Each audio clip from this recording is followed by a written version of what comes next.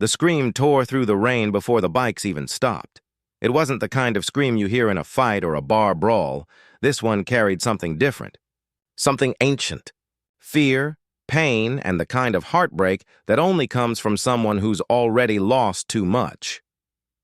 The Iron Hawks were rolling down Route 12, a quiet stretch of road that usually just smelled like wet asphalt and truck stop coffee.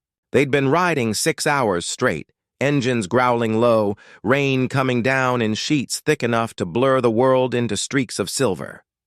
Jack's was the first to slow. His hand went up in a signal. Instantly, 12 engines fell silent one by one until all you could hear was the hiss of rain and the faint hum of a neon sign flickering up ahead. Motel Briarwood. The place looked like a bad memory.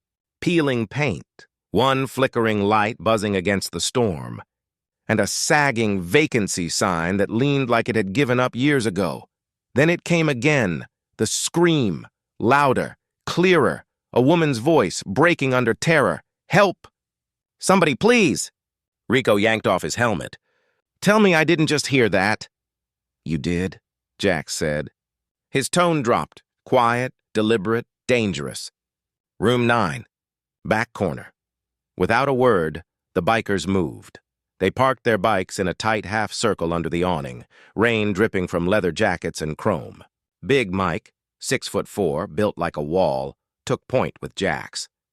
Leon followed, his flashlight cutting across the puddled parking lot. The motel looked abandoned. Half the windows were boarded up, curtains drawn tight on the others. But the scream had come from the far end. Room 9, door cracked, one light flickering inside. "Manager first," Jax muttered. They found him behind the counter, a thin man with a cigarette dangling from his mouth, eyes darting between the bikers like a cornered rat. "You run this place?" Jax asked. "Look, I don't want trouble. I didn't hear nothing." Jax slammed his hand on the counter. The ashtray rattled. "Don't lie to me," the man swallowed. His voice trembled. "It's that room again. I told her to leave him, but she keeps taking him back. I ain't getting involved no more." Rico frowned. "Who?" "Some old lady. Been here 2 weeks. The guy she's with, her son, I think. He gets drunk, starts yelling. I call the cops. They don't come. Nobody does." That was all Jax needed to hear. "Keys." The man hesitated. Big Mike stepped closer, silent, dripping rain on the floor. The keys appeared instantly. They moved fast. The rain was picking up again, thunder cracking over the hills. Lightning flashed, illuminating the row of rooms like crime scene photos. The closer they got to room 9, the clearer the sounds became. Crying. Glass breaking. A man's slurred voice shouting something ugly. "Open it!" Jax ordered. Rico tried the knob, locked. He stepped back once and kicked. The door slammed open, splintering at the hinges. The smell hit first. Cheap whiskey, fear, and the stale air of a room that hadn't seen sunlight in days. A frail woman crouched in the corner. Gray hair matted to her face, arms raised to shield herself. Her nightgown was torn, one slipper missing. Beside her, a man, mid-30s, unshaven, eyes glassy with drink, turned toward them startled. "What the hell?" Jax was on him before he could finish. "One move, one strike!" The man hit the wall, gasping. Big Mike pinned him there, holding him like a rag doll. "Don't," Jax said coldly. "Make me repeat myself." The woman looked up, shaking, confused. Who are you?" "Friends," Jax said softly, lowering his voice. "You're safe now, ma'am. He's not going to hurt you again." She stared at the men, drenched, leather-clad, faces carved with rain and resolve, and something in her eyes changed. Recognition, maybe, or disbelief that strangers could walk into hell and pull her out without asking why. Rico knelt beside her. "Can you stand?" She nodded weakly, clutching her side. When she tried to rise, she winced. A dark bruise ran up her arm. He helped her to her feet gently, like she might break. "Ambulance?" Leon asked. "Not yet," Jax said. "He's still breathing." He looked down at the man, slumped against the wall, muttering curses. "We're gonna let the law handle him, but we make sure they actually do their job this time." Outside, the rain turned into a downpour. The neon sign flickered one last time and died, leaving only the headlights of their bikes to light the scene. The old woman turned to Jax, tears mixing with rain. "I didn't think anyone would come," she whispered. He handed her his jacket, wrapping it around her shoulders. "You called," he said. "We just happened to be listening." That night, the Ironhawks didn't ride off. They stayed, guarding room 9, waiting until the police arrived, making sure the story didn't end like all the others the world forgot. When the flashing lights finally came down the highway, the woman clutched Jax's sleeve. "What's your name?" she asked. He gave a small smile. "Just someone who believes good people deserve a little backup." She nodded, her eyes full of gratitude, and something deeper. Hope, fragile but real. And as the cops cuffed her son and led him away, Jax turned toward his crew. "We're not done here," he said. "Not by a long shot." Because the scream they'd heard wasn't just hers. It was every voice that ever cried for help and went unanswered. And tonight, that changed. Rain had slowed to a mist by the time the flashing red and blue lights disappeared down the highway. The motel lot, now slick with puddles, was quiet again. Too quiet. The Iron Hawks stood under the awning, helmets tucked beneath their arms, leather jackets glistening with rain. The air smelled of wet pavement and exhaust, but something heavier lingered. That strange mix of adrenaline and sorrow that always came after a fight you didn't plan for but couldn't walk away from. Inside room 9, the woman sat on the edge of the bed, Jax's leather jacket still wrapped around her shoulders. The fabric dwarfed her, but she held it close like armor. She hadn't spoken since the ambulance left, not when the paramedics asked her name, not when the cops tried to take her statement. Only now, with the bikers standing nearby, did she seem to breathe easier. Rico crouched by the cracked door frame, running a hand along the splintered wood. "You kicked this thing like it owed you money, boss." Jax didn't answer. His gaze was fixed on the woman, the way her hands trembled slightly as she traced the edge of his jacket, the way her eyes darted every time thunder rolled in the distance. She wasn't just scared, she was conditioned. That kind of fear didn't happen overnight. Big Mike returned from the front desk, wiping his hands with a paper towel. "Manager's gone," he said. "Left right after the cops showed up. Guess he didn't want to explain why he'd been renting rooms to a guy with a record." Leon cursed under his breath. "Coward," Jax finally spoke. "Get some towels from the truck. Blankets, too." Mike nodded and stepped back into the rain. When he was gone, Jax knelt beside the bed. "Ma'am," he said gently, "you mind if we ask your name?" For a moment, she didn't respond. Then, in a voice that cracked more from exhaustion than fear, she said, "Evelyn." "Evelyn," Jax repeated softly. "You did the right thing tonight." She shook her head, tears spilling again. "No, I didn't call anyone. I didn't even think anyone could hear me. I just wanted him to stop." Her eyes flicked to the broken lamp on the floor, the shards of glass glinting under the low light. "I told him I was leaving," she whispered. "I packed my things. He said if I tried, he'd—" Her voice caught. She didn't finish. She didn't need to. Rico stood by the window, jaw tight. "How long were you with him?" "Too long," she gave a hollow laugh. "He wasn't always like that. At least, that's what I told myself for years. But when he started drinking, when he lost his job, it all changed. I was just too scared to go." Jax reached into his pocket, pulling out a folded card, the same kind he'd handed to dozens of people over the years. White, simple, a single line of text. "The Iron Hawks. You're not alone." He placed it on the nightstand beside her. "You don't have to go back," he said. Evelyn looked at the card like it was something fragile, something she didn't deserve to touch. "Why are you helping me?" she asked. "You don't even know me," Rico answered first. "We didn't need to." "You screamed. That's all that mattered." Evelyn's lip trembled. She pressed her hands together as if trying to hold herself steady. Big Mike returned with blankets and handed one to her. She pulled it around herself, shivering. Her skin looked almost translucent under the motel light, pale and bruised in places that shouldn't have been. "Where were you heading before this?" Jax asked. She hesitated. "Nowhere specific. I was trying to get to Tennessee. My sister lives there. At least she used to. We haven't spoken in years. Because of him?" Rico guessed. Evelyn nodded. "He didn't like me having anyone else." Jax's jaw tightened. "That ends tonight." The woman flinched at his tone, not from him, but from what that kind of certainty must have felt like after years of walking on eggshells.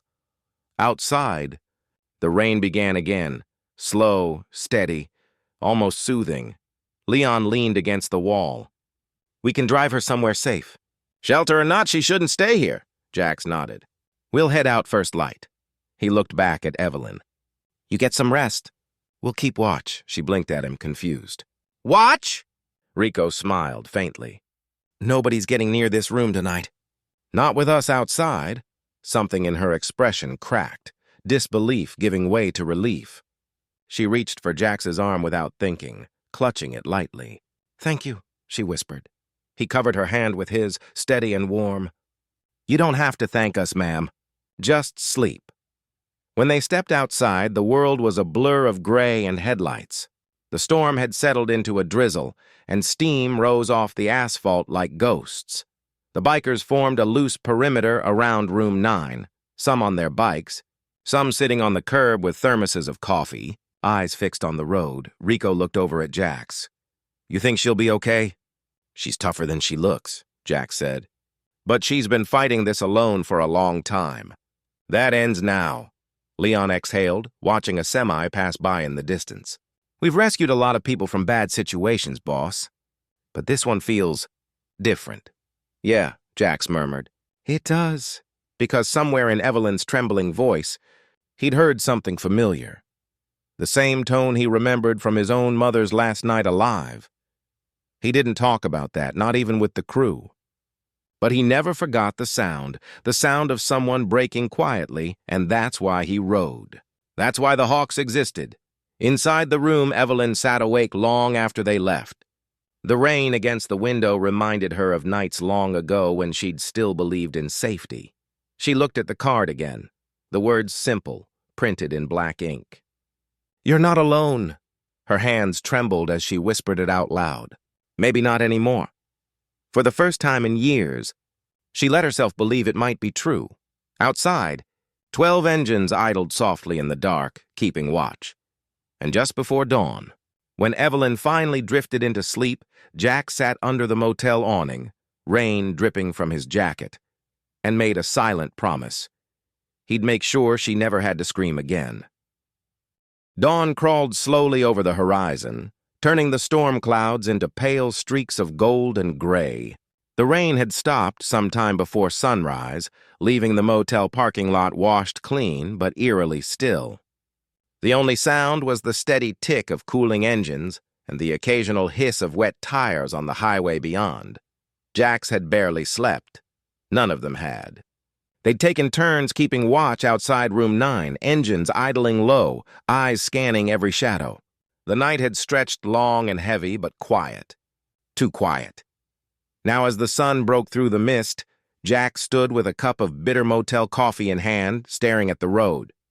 The air was heavy with that post-storm calm, a peace that never quite trusted itself.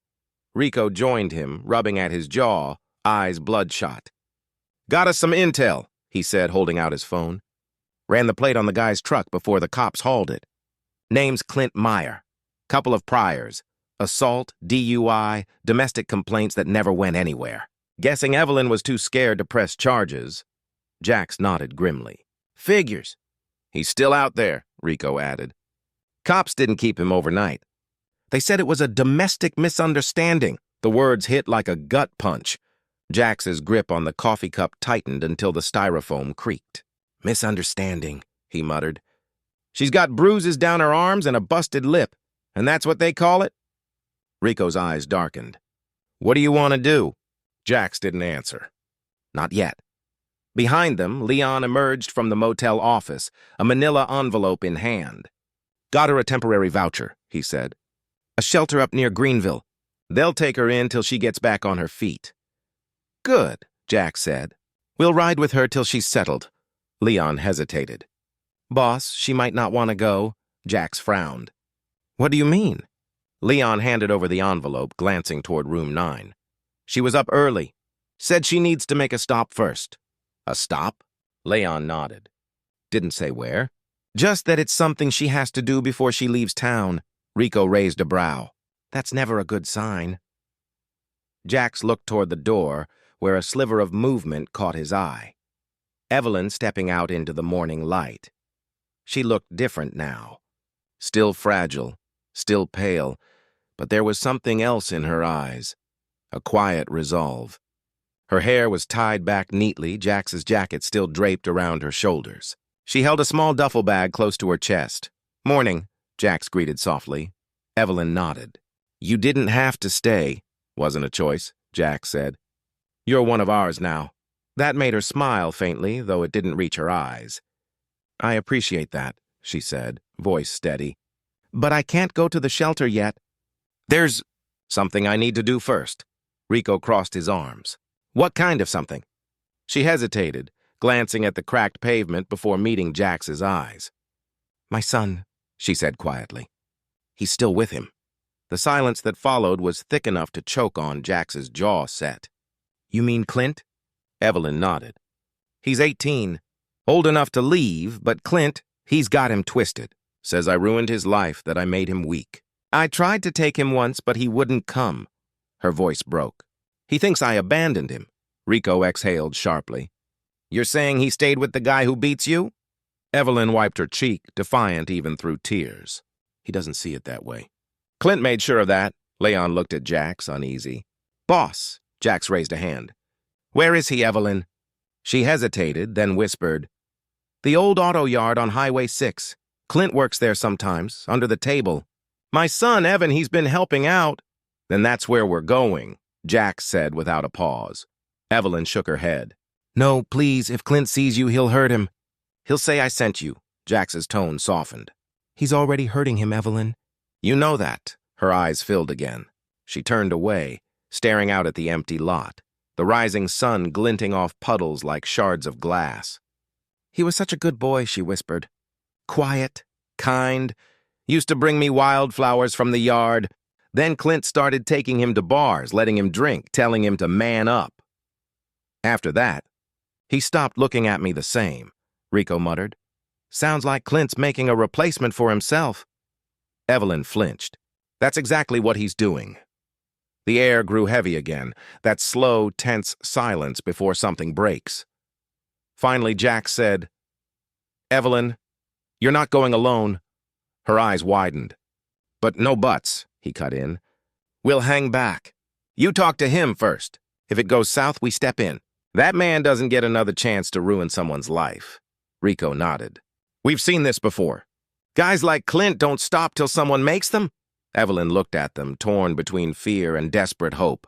You'd really do that? For me? Jax met her gaze. For you. For your son. For every person who ever screamed and thought nobody would come. Something broke inside her then. The last wall she'd been holding up. She covered her face and sobbed quietly, the sound raw and human in a way that silenced even the rumble of engines. Leon stepped forward, laying a hand on her shoulder. You're not alone, ma'am. Not anymore. When she finally looked up, her tears were gone, replaced by something harder, something like courage. Okay, she whispered. Then let's go get my boy. The Ironhawks exchanged a look, that unspoken pact that always settled between them before a dangerous ride. Engines roared to life, one by one echoing through the wet morning air. Birds scattered from the power lines as the convoy pulled out of the lot. Jax at the front. Evelyn in the passenger seat of Rico's bike holding on tight. As they rode, the rising sun caught the chrome of their handlebars, turning the line of bikes into a river of silver and fire. The road stretched ahead, narrow, cracked, and uncertain. But it didn't matter. Because for the first time in years, Evelyn wasn't running from something. She was riding toward it, and this time, she wasn't alone. The old auto yard sat on the edge of town, a graveyard of rusted metal and forgotten engines. The sign out front was half-hanging, its letters faded by decades of sun and neglect. Beyond it, twisted hulks of cars sat stacked like broken bones, their shadows long and sharp in the late morning light. The Iron Hawks rolled in slow. Their engines idled low, echoing off the corrugated steel walls. Jax raised a hand, signaling the others to fan out. No one said a word. Evelyn sat rigid on the back of Rico's bike, eyes fixed on the cracked asphalt ahead. Her hands gripped his jacket so tight her knuckles went white. "This it?" Jax called quietly over his shoulder. She nodded. "That's his truck." "Clint's." Jax followed her gaze. A beaten-up blue pickup sat crooked near the office, the driver's door half open, a beer can crushed underneath. He scanned the yard. Silence. Then movement near the garage bay. 2 figures. Clint emerged first, broad-shouldered, thick-necked, with that careless swagger that came from too many fights and not enough losses.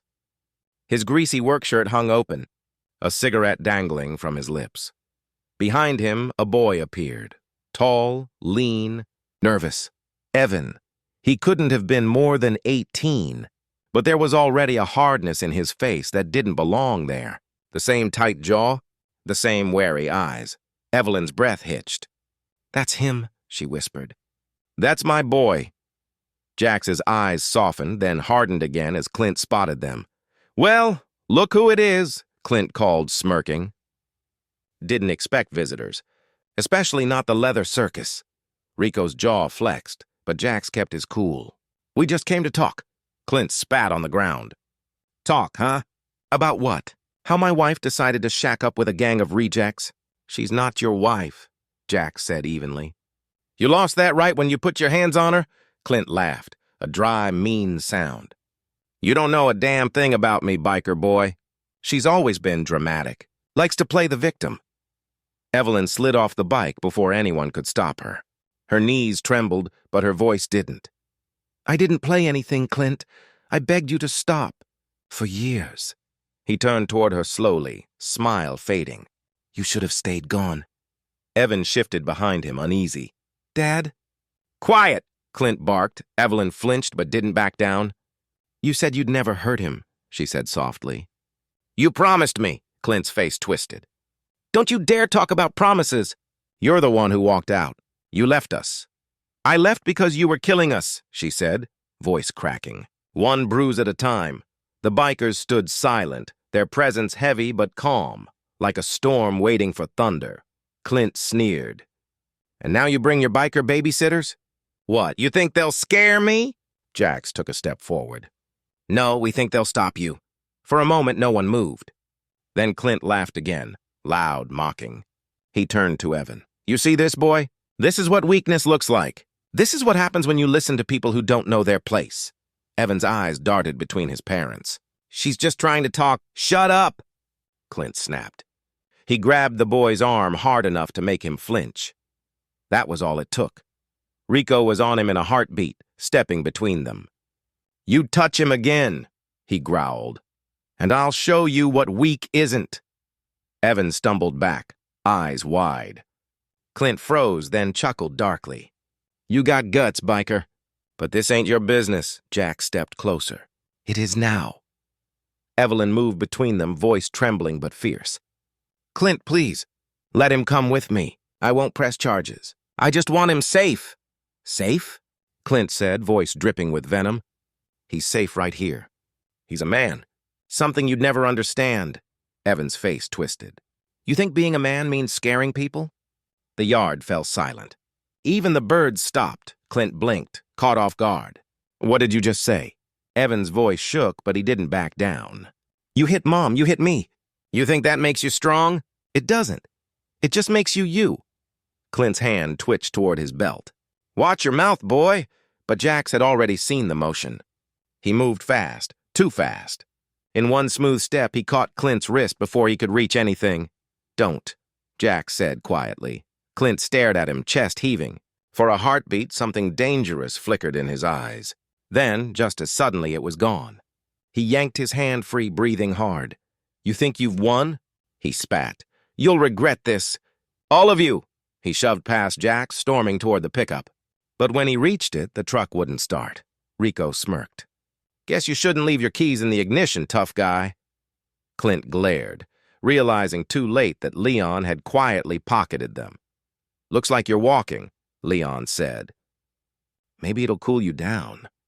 Clint cursed under his breath and stalked off down the road, shoulders tense, the morning sun burning at his back. Evelyn collapsed against the nearest car, tears streaming silently down her face. Evan ran to her, arms wrapping tight around her shoulders. "Mom, I'm sorry," he choked out. "I didn't know. I thought he—" She cupped his face gently. "It's okay, baby. You know now. That's all that matters." The biker stood back, giving them space. Even Rico, who usually had something smart to say, just watched quietly, jaw tight.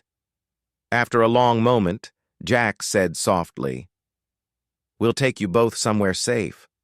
Evelyn nodded, still holding her son. "Thank you," she whispered. "I don't know how to—" "You don't have to," Jack said. "Just live." As they walked back toward the bikes, the wind picked up, carrying the scent of oil and rain. The auto yard, once heavy with fear, felt lighter somehow, like something had finally shifted. Evelyn looked back one last time, at the rusted towers of cars, the ghosts of her old life, and then turned away. The Hawks fired up their engines, forming a tight circle around her and Evan. For years, Clint had surrounded her life with fear. Now, she was surrounded by something stronger, brotherhood and freedom. As they pulled out of the yard, sunlight broke fully over the horizon, bright, golden, and fierce. For the first time in years, Evelyn smiled without trembling. The hospital smelled like antiseptic and sorrow, that strange, sterile quiet that tries to hide pain but never really does. When the Iron Hawks walked through the sliding doors, heads turned. It wasn't every day 12 leather-clad bikers filled the hallway of St. Anne's Memorial. Evelyn walked between them, her son at her side.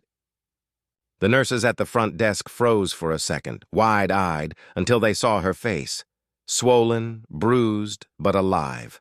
Then one of them, a gray-haired woman with kind eyes, gasped softly. "Evelyn! Honey, that you?" Evelyn blinked. "Martha?" The nurse hurried around the counter and pulled her into a gentle hug. "Oh, Lord, we thought you'd left for good," Evelyn's voice broke. "I tried." The nurse looked over her shoulder at the bikers, a dozen big men standing like a wall behind her. "And I'm guessing these gentlemen had something to do with you making it back?" Jax nodded slightly. "She's safe now." Martha studied him for a beat, then smiled faintly. "Good. Lord knows she needed a miracle." The group followed Evelyn down the corridor to a small examination room. A doctor came in, middle-aged, calm but serious, and started checking her vitals while Evan stood by the window, arms crossed tight, trying to hide how scared he really was. Rico stayed near the door, watching every person who walked by. Years on the road had made him distrust hospitals. They always felt like places where hope came late. Jax leaned against the wall, eyes fixed on Evelyn. She looked smaller under the harsh fluorescent lights, her skin pale against the white sheets. Yet something in her posture had changed. No longer the trembling woman from the motel, but someone quietly reclaiming her own strength. "Any internal injuries?" Jax asked the doctor. "Nothing major," the doctor said, jotting notes. "Some bruising, cracked ribs, mild dehydration. But she's lucky. Another few days and—" "She wouldn't have made it," Evelyn finished quietly. The room fell silent. Evan turned away, blinking fast. When the doctor left, Jax pulled up a chair beside her bed. "You don't have to talk," he said. "Not unless you want to." Evelyn hesitated, then reached for the cup of water on the table. Her hands shook. "I've been running since Christmas," she said softly. "He found me 3 times. Each time worse than the last. I thought if I hid far enough, changed my name, maybe—" She trailed off. Evan's voice cracked from the window. "I didn't know, Mom. I swear I didn't. He told me you left because you didn't care." Evelyn turned toward him, her face crumpling. "Baby, I left because I loved you too much to stay." The words hung in the air like something sacred. Rico swallowed hard, Looking away, outside a nurse passed by, wheeling a cart, humming softly under her breath. Life went on in the hallway, but inside the room, time had stopped.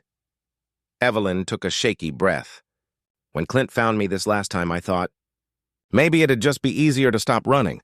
But then that night I heard bikes on the highway. She smiled faintly, eyes distant. It was like thunder. I remember thinking, if they can ride through the storm, maybe I can too.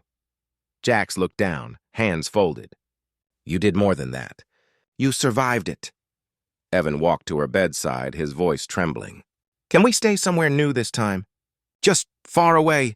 We'll help with that, Jax said before Evelyn could answer. We know some people, good folks who run a safe house for women. No questions asked. Evelyn blinked back tears. Why are you helping me? You don't even know me, Rico chuckled softly. Don't need to. We've all been saved by someone once. Martha came back in with a clipboard. Evelyn, honey, there's a police officer waiting in the hall. Says he's been trying to find you for days. You want to talk to him? Evelyn's grip on the blanket tightened. Her voice wavered. Is Clint? No, Jax said quickly. If he's out there, he won't get through us. The door opened slowly. Officer Daniels stepped inside, tall, calm, kind eyes under a worn uniform. He gave Evelyn a gentle nod. Ma'am, he said, you don't have to worry anymore. We've got him in custody. Evelyn froze. How? Daniels hesitated. He came into the station this morning, yelling about bikers kidnapping his family. Said he was gonna get what's his. One of the deputies noticed the bruises on his knuckles and called it in. When we checked his record, let's just say he won't be walking free for a long time. For a moment, Evelyn just sat there, silent. Then her shoulders began to shake, not from fear this time, but release. The kind that comes after years of holding your breath. Evan wrapped his arms around her, burying his face against her shoulder. It's over, Mom, he whispered. He can't hurt us anymore. Jack stood, clearing his throat quietly. We'll give you some space. But as they turned to leave, Evelyn reached out, her voice barely above a whisper. No. Stay. So they did. The Hawks lingered in that small hospital room, these strangers bound together by something deeper than blood. The air was heavy with relief, the kind that felt fragile but real. After a while, Evelyn looked up, tears drying on her cheeks. You know, she said softly, Clint used to say bikers were trash, that they were just men who ran from life. Rico cracked a faint smile. He's half right. We did run, just not from life. From the parts that tried to break us. Evelyn let out a shaky laugh. Maybe I was one of those parts? Jack shook his head. No.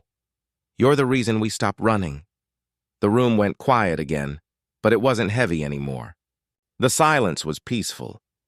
When the nurse came to check on her later, Evelyn was asleep, her hand still wrapped around her son's. The bikers stood quietly near the window, watching the sunlight spill across the floor.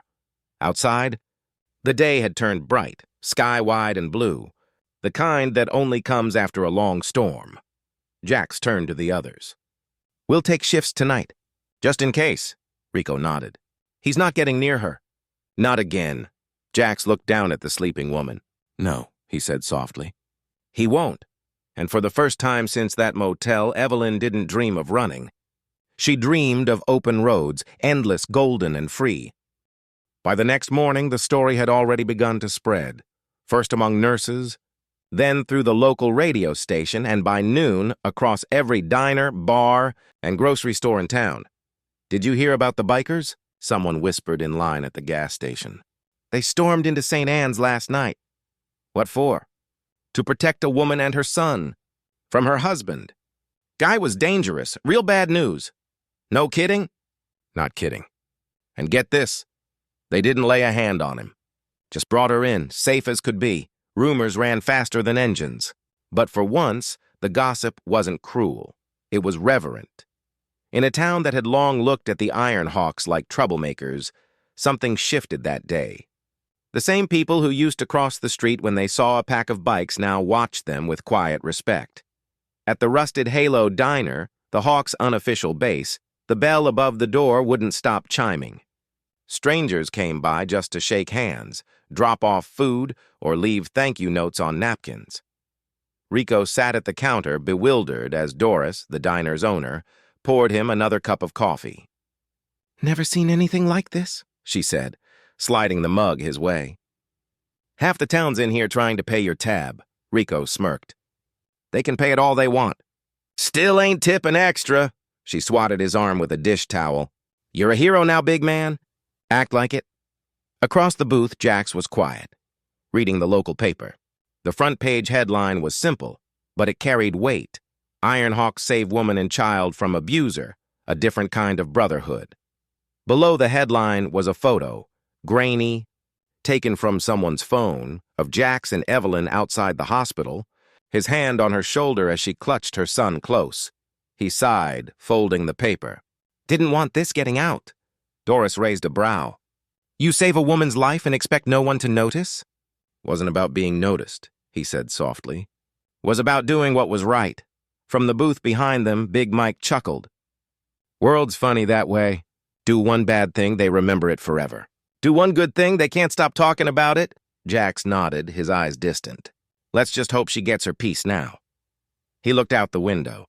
Parked across the lot was the same beat-up pickup from before, the one Evan had driven.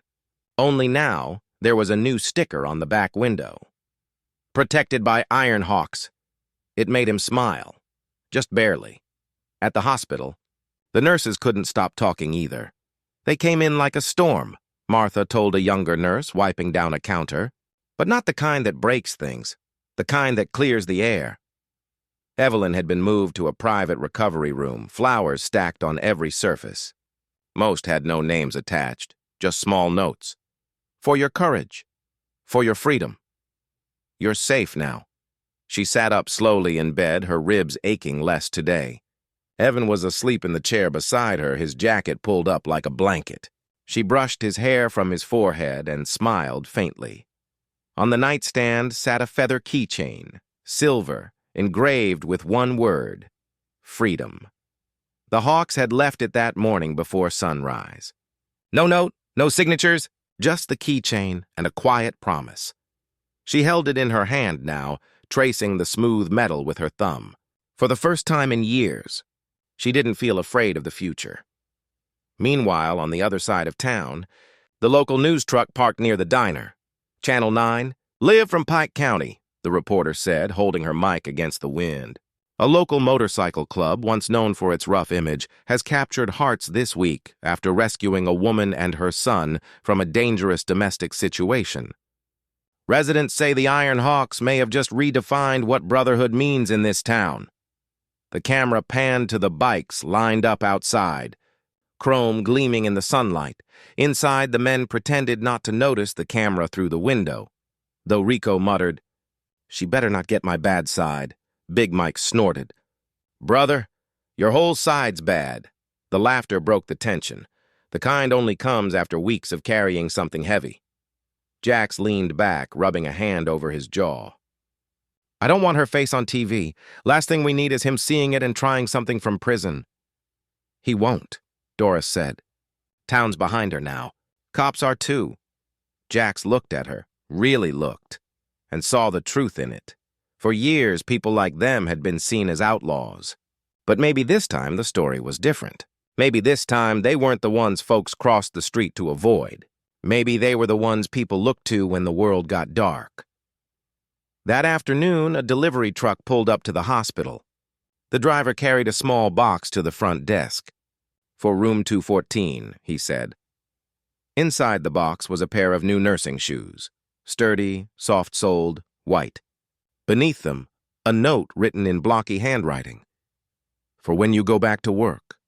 Keep walking no matter how much it hurts. J." When Evelyn opened it, she pressed a hand to her mouth. The tears came quietly this time, not from sadness, but from the kind of gratitude words can't hold.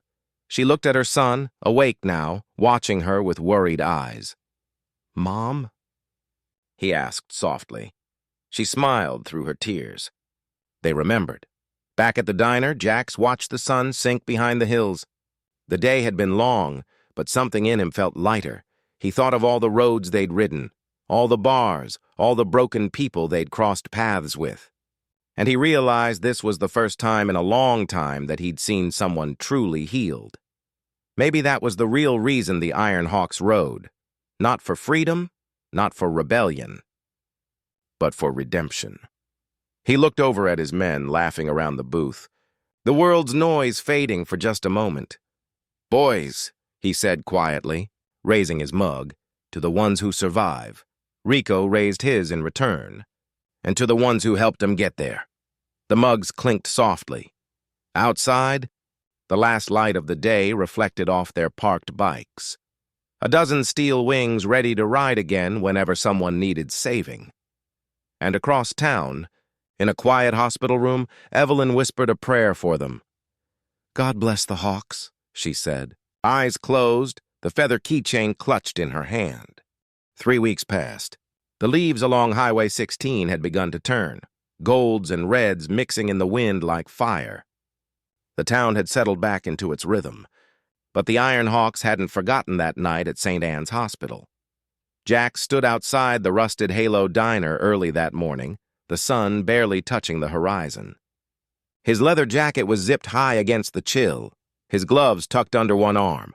He looked at the lineup of bikes gleaming in the morning light, engines quiet for now but ready. Rico walked up beside him, coffee in hand. "Didn't think we'd be back out this early," he said. "Thought you liked the cold," Jax replied.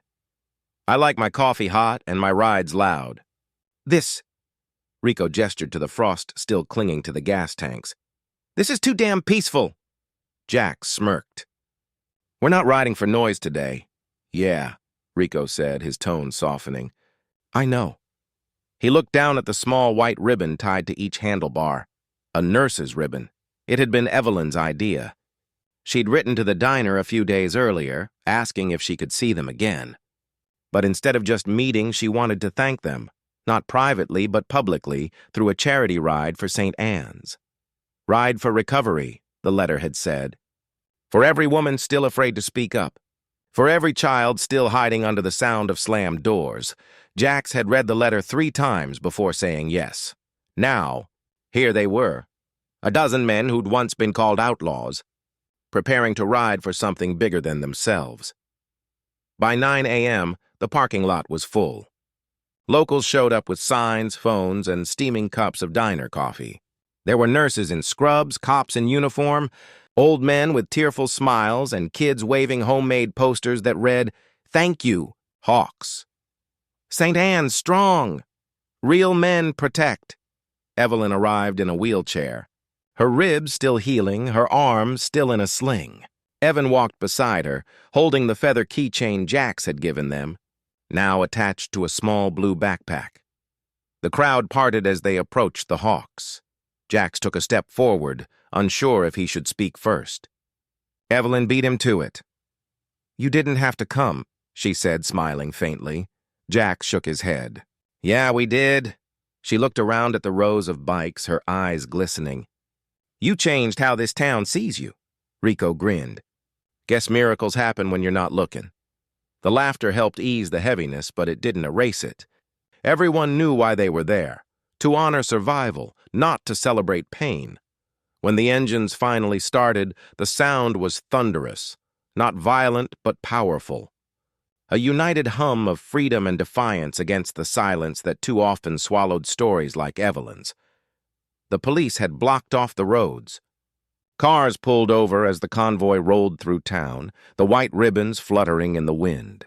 Some people saluted, others just cried. At the front, Jax rode beside Rico and Big Mike. Behind them were rows of chrome and leather, but also something new, purpose. They weren't running from anything this time. They were riding toward something. The route took them past the hospital, where nurses stood outside waving. Martha, the nurse who had helped Evelyn that night, placed her hand over her heart as they passed. One of the younger nurses whispered, "I've never seen anything like this." Martha smiled, her eyes wet. "That's what change looks like, sweetheart." The ride ended at a small park near the river, where the town had set up a makeshift stage and banners that read, "Ride for Recovery." There were tables of donated food, boxes for hospital supplies, and a small podium. Jax wasn't one for speeches, but the mayor insisted someone from the Hawks say a few words. He stepped up reluctantly, the crowd quieting as he adjusted the mic. "I ain't much for talking," he began, voice low and steady. "But I'll say this, not all fights happen with fists. Some happen in silence, some happen in fear, and sometimes the bravest thing you can do is ask for help." He looked over at Evelyn and Evan sitting in the front row. "That night we didn't save anyone. We just showed up. She did the saving. She made the choice to fight back." Evelyn's eyes filled with tears, but she didn't look away. Jax continued. "So today's not about us. It's about her.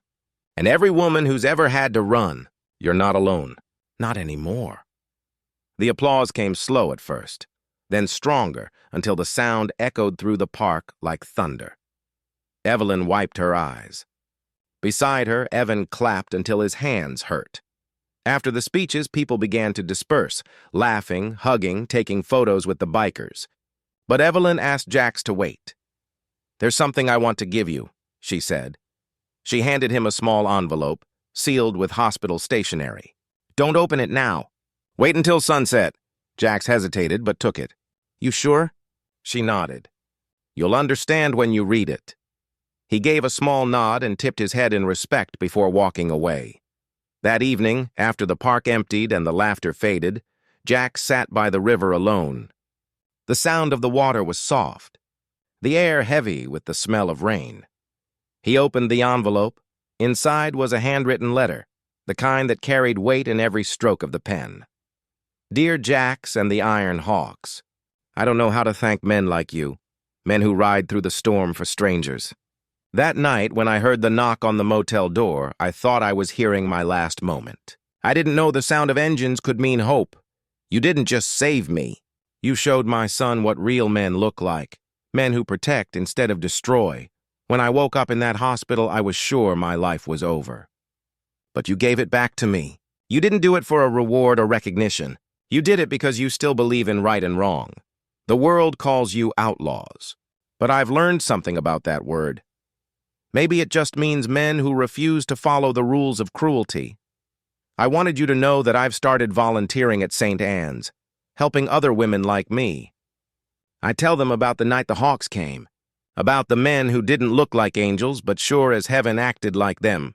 Thank you for giving me my freedom, and for showing my son that strength doesn't always roar. Sometimes it rides in quietly and just says, 'You're safe now.' With all my heart."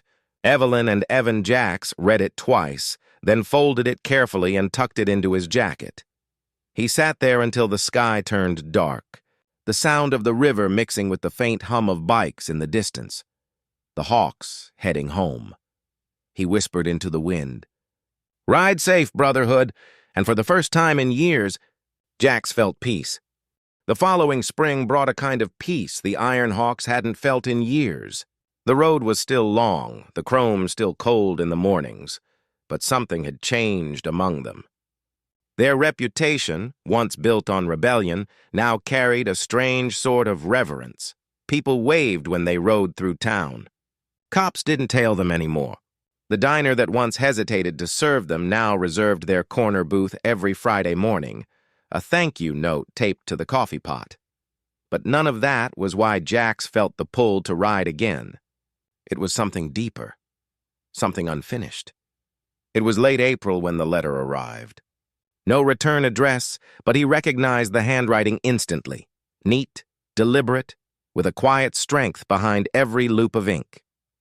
"Meet me at the overlook above St. Anne's, Sunday 6 p.m. No signature. But he didn't need one. Sunday came painted in gold and silver.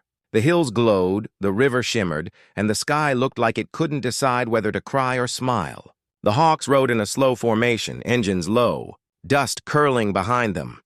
When they reached the overlook, Evelyn was already there, standing beside a freshly planted oak tree, a small plaque glinting at its base. Evan stood beside her, clutching a folded flag against his chest. Jax cut the engine and stepped forward, removing his gloves. "Didn't expect a view like this," he said softly. Evelyn smiled, the wind tugging gently at her hair. It's the best one in town. You can see the hospital from here. He followed her gaze.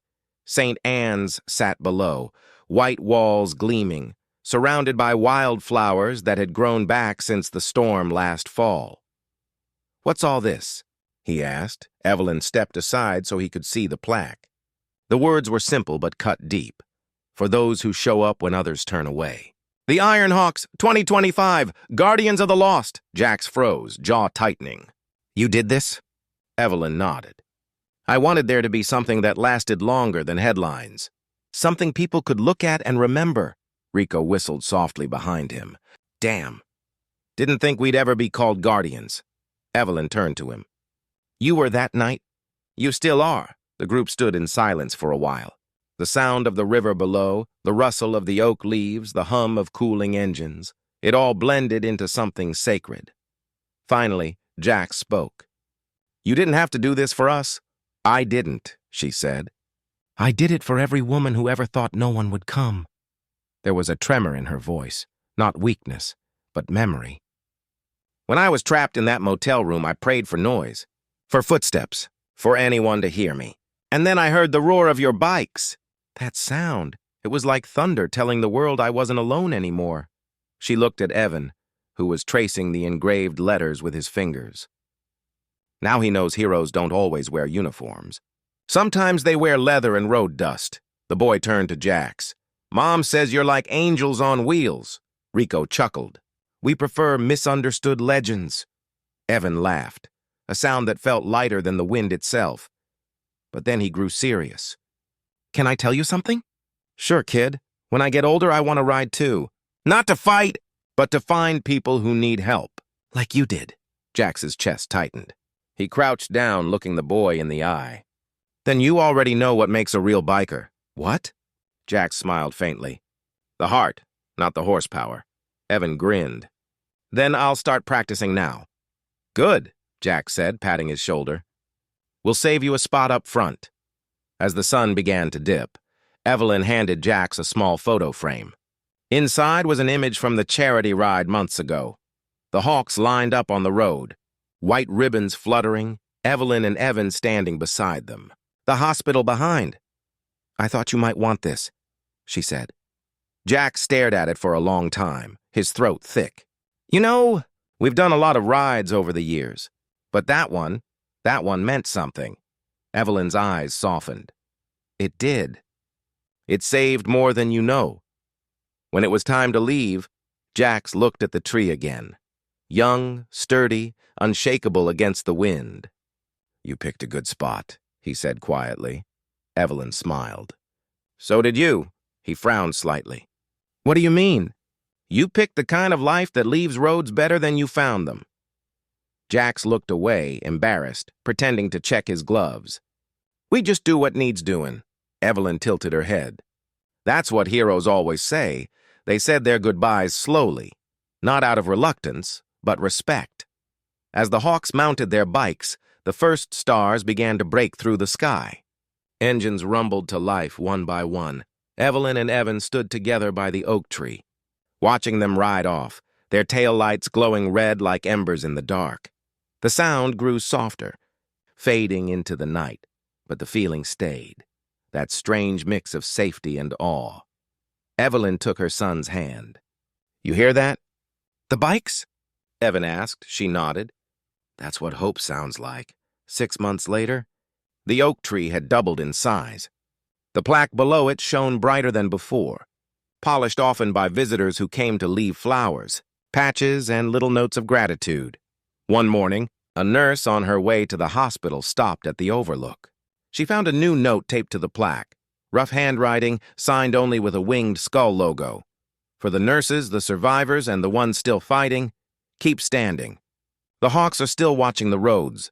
She smiled through tears and whispered, Ride safe, boys, and far off, faint but unmistakable. The echo of engines rolled through the valley like a promise. If this story reminded you that strength doesn't always roar, sometimes it rides in quietly and simply says, You're safe now. Then hit that subscribe button and share this story with someone who believes in second chances. Have you ever seen kindness arrive in the most unexpected form? Maybe a stranger who stepped in when no one else did? Tell us in the comments below. Your story might be the next one we tell here. And for those who caught it, there's a hidden moment around minute 7:16 when Jax glances at the oak tree before leaving. What do you think he saw there? Look closer. Because in stories like this, the smallest details carry the biggest truths. Until next time, ride safe and keep your eyes on the road ahead.